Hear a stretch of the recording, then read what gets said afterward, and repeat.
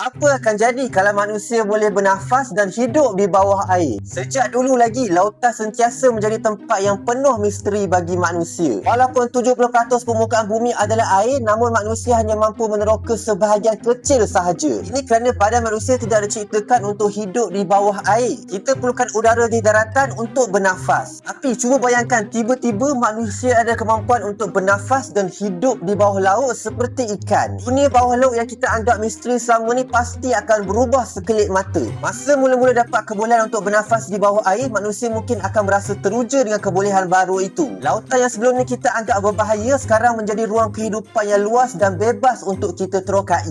Manusia dah tak perlukan lagi kapal selam ataupun peralatan oksigen untuk menyelam ke dasar laut. Bandar-bandar di bawah air mungkin akan mula dibina, lengkap dengan rumah, sekolah dan pusat hiburan untuk manusia. Manusia tak perlu lagi untuk hidup di atas daratan sahaja. Sekarang mereka dah boleh pilih untuk hidup dan tinggal di bawah laut. Dalam masa yang sama, pengetahuan manusia tentang kehidupan di bawah laut akan semakin berkembang dengan cepat. Selama ni, banyak kehidupan laut dan kawasan dasar laut yang dalam masih belum diterokai sepenuhnya. Dengan kemampuan bernafas di dalam air, manusia boleh menjelajah jauh lebih dalam dan lebih lama tanpa rasa takut. Manusia mungkin akan menemui spesies baru, gua bawah laut yang belum pernah ditemui atau rahsia alam yang tersembunyi selama berjuta-juta tahun. Laut yang dahulunya misteri akan menjadi sebahagian daripada kehidupan harian manusia. Tapi dengan kebolehan baru ni juga akan datangkan pelbagai cabaran baru. Kehidupan di bawah air tidak semudah yang kita bayangkan. Tekanan air yang sangat kuat di laut dalam boleh menghancurkan tubuh manusia. Dalam masa yang sama, manusia juga perlu belajar menyesuaikan diri dengan kehidupan laut yang berbahaya seperti jerung atau sotong gegasi. Konflik antara manusia dan haiwan laut dalam mungkin akan berlaku apabila manusia mula membina penempatan di habitat semula jadi mereka. Yelah, suka hati je masuk laut lepas tu bina rumah. Mestilah ikan-ikan ni marah dekat manusia. Ekonomi dunia juga akan berubah secara drastik. Industri berkaitan laut akan menjadi semakin penting. Akan muncul semua ekonomi baru dunia seperti pelubungan dasar laut, pertanian laut dan pelancongan bawah air.